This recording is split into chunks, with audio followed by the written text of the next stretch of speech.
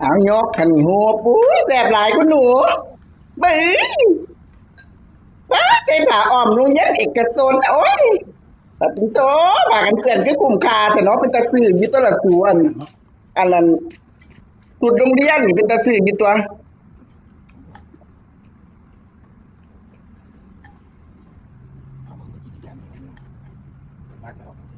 เอาเต็ดเอา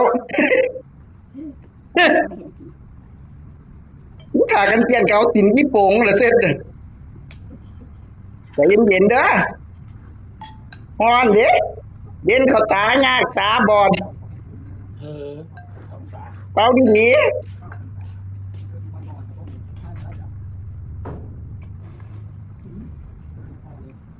คันล้มไม่สุกอันมันซื้อมากขึ้นสิบ่ได้ล่างแล้วจะออกมาตะมุกดาหารกว่าแต่ถ้ายายอ่อนออกจากสุสานยังท่านได้ล่างจักเทียแมันบ่นะเอาหรือผ่ากันเปลี่ยนเกาแขนเสียนั่นล่ะเพ็ดใต้ซื่อๆดอกผ่ากันเปลี่ยนก็ได้ใต้ว่าอยากโซ่ว่าอยู่เงี้ยกันส้นมาก่อนว่าซั่นซะโอ้ยของชอบคุณหนูสิได้ใหญ่แล้วสิได้เป็นตาเป็นคุณหมอคุณหยังให้คุณแม่ได้เพิ่นค่านะฮะ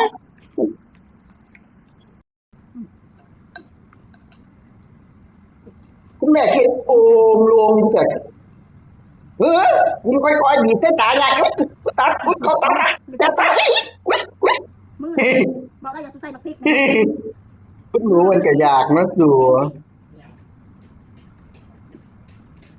เป็นยังไงเนาะตาถึงโตยิ่งผู้เดียวก็สิมาย่างความบาลมยังไงเกิดเป็นยังไงล่ะ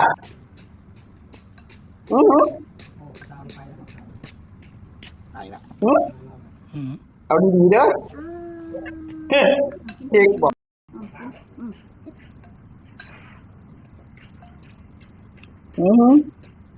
ขาคุณหนูจะมาผิวพรรณดีแต่ถูว่าไม่จุดจักเม็ดเป็นยังไงกินลงไปแล้วคุณหนูเอาดูเช็คเสียงบ่เก้าเสียงบ่เป็นเสกเศร้าเสียงว่าเพิ่นเว้าได้อยู่บ่คือจังไดว่ามากก็รู้คุณหนูเสกเศร้าเสียงว่าซั่นๆว่ากินได้อยู่บ่ว่าจังสิจังได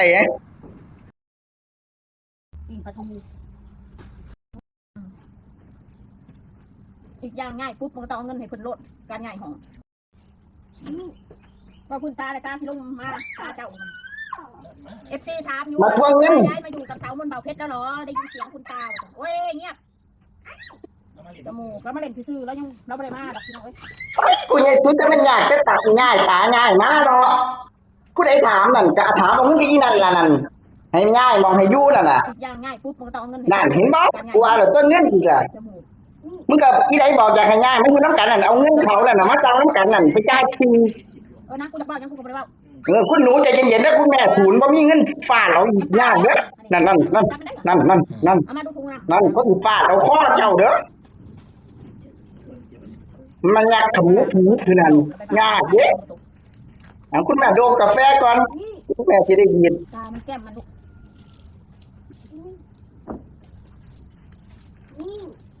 นี่เบิ้งคลิป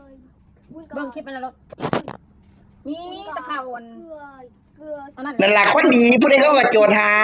คนกำลังสั่งแต่ว่ากันมึงกับผัวมึงนี่ตุยนี่จ้างกับบ่มีไม่ได้เขาสิสมน้ำนาเหยียบบ้านเขาบ้านน้ำหาพร้อมยูทูบเบอร์แสนกันขยะทรมานนี่ยูทูบเบอร์แสนสั่งบ้านมันราคาตาบโยนเนาะพี่น้องเนาะเบิ่งแล้วมันพ้นดีนะเบิ่งคลิปคนถูบัตรที่ไปหามึงคลิปคนยังมาหาว่าจะอีตาตอแหลสมัยแกเงินคุณหนูขึ้นแล้วคุณหนูขึ้นแล้วหลังจากเพิ่นรีวิวแล้วเพิ่นมาเฮ็ดเบ้ยตุ่มมองท่านในเศร้าด่านว่าเป็นตะถึงดอกลอตเตอรี่เงินออกเลยได้กินต้มข้าวเปียกน้ำเจ็บไม่ได้กินน้ำคุณหนูเจ้ากระไดไอ้ฟ้องไอ้ฟ้องตะเขียดแต่